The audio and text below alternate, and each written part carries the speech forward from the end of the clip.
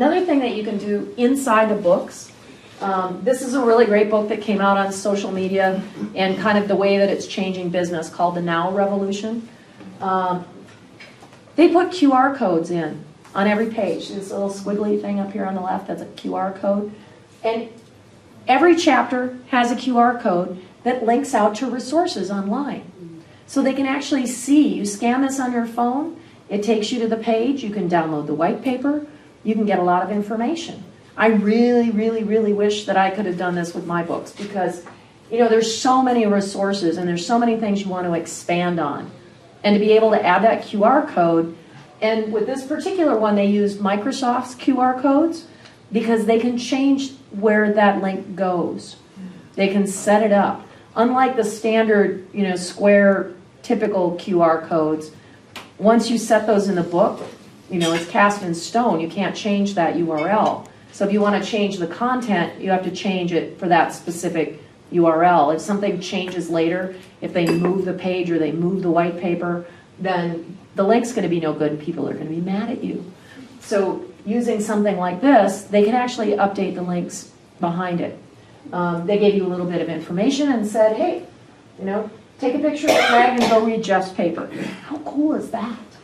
How cool could this be for any technology where you've got a lot of additional resources that you want to send people to? Even if you just used it to go look at your blog, yeah.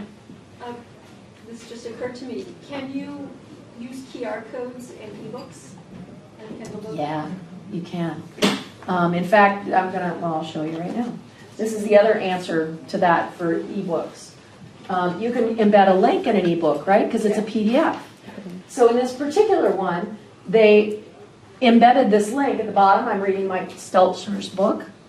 And when they click on the retweet this button, it goes out to Twitter and it posts this note. You can edit it if you want to, but it'll automatically tweet from the book. So you can add those tweets to every chapter if you want to. And then tell people where to get the book. Tell people what the information is. The author's username is there. Now we see how many times he's going to do that. And you can bet if you tweet that Mike's going to respond to you. So you can automatically see how that kind of works in really quickly. Ebooks are so powerful and they're so much more popular. Excuse me, are you saying that each reader who has this ebook could tweet that thing? Yep. Yep. And all I have to do is click the button. It'll go to Twitter. It's one little line of PHP code. Anybody can do this. And it will just automatically set that tweet up. It'll bring it up in a window so you have time to edit it if you want to. One thing, if you do this, make those tweets 120 characters. You want to leave 20 characters for the person's username because they're retweeting. So it's going to be from them. You want to leave some comment space. Make them really short. And make them something that is going to be a hook. Don't just tweet out the title. Make it something interesting and useful for people. So where can we get that code? Email me. I'll send it to you. There's a lot of places that'll just generate it automatically, but it's pretty straightforward code. Anything else about ebooks? Can we start? No, it's great. Well, I'm thinking specifically of a Kindle book or EPUB file, like putting it up on Smashwords or something. Yep. Is it going to have that icon? They did this as a picture, as a button. Okay, that's. And then they just embedded the link underneath it. So it has the picture and the text. It has the picture and the text, and then it says tweet. The link is underneath it that they can just click. But you can hyperlink images in an ebook too. So it's really just a hyperlink. So really easy. You can do it in Adobe. Okay, so Facebook. I thought what Dean Koontz did was really cool. He developed a Facebook page for Odd Thomas. He gave him a personality. He did a YouTube page as well. So he actually made it look like Thomas had his own profile. He talked, he walked, he did all kinds of stuff, he interacted with people. It's a little old now, but all the pictures that are uploaded are from the book, from his books. It's pretty interesting, and there's 10,000 people that have found this page. So apparently it's been effective. But when you look at it, look at the numbers, 19 people are talking about this page right now. So that kind of tells me that, yeah, okay, a lot of people fanned it. The book's been out for a long time. It's not getting as much interaction now. So in this case, if I was telling him, which I would love to have him as a client, I would tell him that he needs to start talking about something else. He needs to regenerate this, maybe with the next book, maybe with something else. And again, this goes back to the building a page for your one book. When you know you're going to do more books, you need to build your page around you and not the book. It needs to be around the author. Because if you build it around the book and then you have another book and then you have 6, now you're maintaining 6 pages. If you let them lay follow so that nobody is updating them and nobody's talking about them, you look bad. You don't want to look bad. Then you take the page down and that looks bad.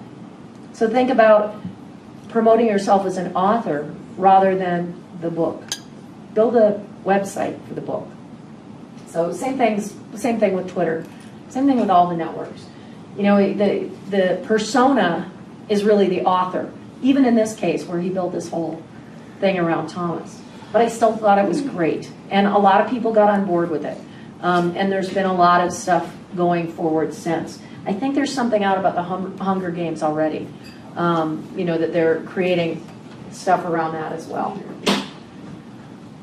Well, you know, I think Pride, Prejudice, and Zombies, Pride, Prejudice, and Vampires? Zombies.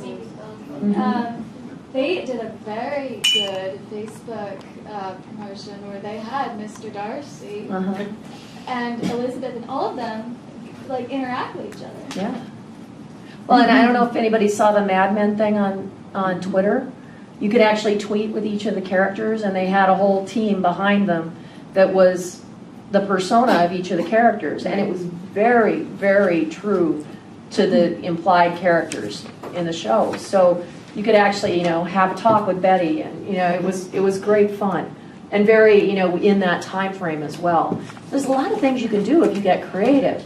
The problem is, what do you do when the series dies? You know, maybe you just let it go. In the case of TV, it's easier than it is with a book, because a book is a tangible thing that people are still going to pick up years and years later. At least that's what we all count on, right? Anybody else on Facebook? Yeah. I have 2 very different personas on Facebook, because I have sort of the professional side where I help the authors, and then I have my author side, which is different message. Yeah. You know, it's all about kick-ass heroines, and it's a fantasy. I'm a fantasy novelist. So I have my Henrietta the Dragon Slayer Facebook page, and now I'm doing the next book in the series. It's all going to be about her, so I'm going to just stick with that page. But what about the next thing? I'm going to do a paranormal teen novel, you know, like, Yeah. do I have to develop a whole new... It's a huge challenge, because, you know, you have all of these different brands being developed. Yeah. You know, it depends on how much you can juggle. You know, and you know, in the best case scenario, you're hugely successful and you can hire a VA to handle that for you, and you can just do the good stuff, you know, and respond to the fun stuff. Don't bother me, I'm writing. Don't bother me, I'm writing. You just put that up. Yeah. But I should address the whole personal versus professional part. My personal Facebook page, I'm J Fouts everywhere, except LinkedIn, which makes me sad. My personal Facebook page is my business page. I have a page that I built for my book, which now I kind of feed information through. But, you know, separating personal and professional is really important, especially if you are a private person, if you travel a lot, if you live at home alone. You know, you want to protect your personal profile. You don't want it to be all about, you don't want it to be a place where people can find out too much about you. The idea of privacy on Facebook is just ridiculous. There isn't any. So, you know, anything that you put on your personal profile, no matter how you protect it, can be public. So put that stuff out there and realize that it's public, and then create a page for your author persona so that people can identify with that author persona without necessarily finding out who your best friend was in high school, because that can be bad. Your best friend can post really insane photos of you, and it may not be something that you want out there. There's a lot of things that, you know, Facebook periodically just drops the blinds and makes everything public. So you don't have privacy on social media. If you want it to be private, don't put it up there. You know, and tell your friends, take that picture down. I have a client that just developed an iPhone app. And what it does is allows you to go into Facebook and view all of the photos that you're tagged in on your iPhone. So you can go in and just click on tag. Because you never really, it's hard to navigate that stuff on Twitter. I mean, on Facebook. So, you know, you want to figure out how you're going to do that, what your strategy is going to be. Facebook's not my favorite network. That's probably obvious. What's the name of this app? It's called Photo Box with an exclamation point at the end. Yeah. If you can't find it, send me a tweet or email me or call me. But they actually released a pro one, and this is something that I'm not really marketing here, but I'm going to tell you about it anyway. We released a pro one yesterday that I'm really excited about because I made them develop it. When you manage a lot of Facebook pages, uploading photos is really, really hard. And uploading batches of photos is not possible through any app on the iPhone until now. Because I made them do it.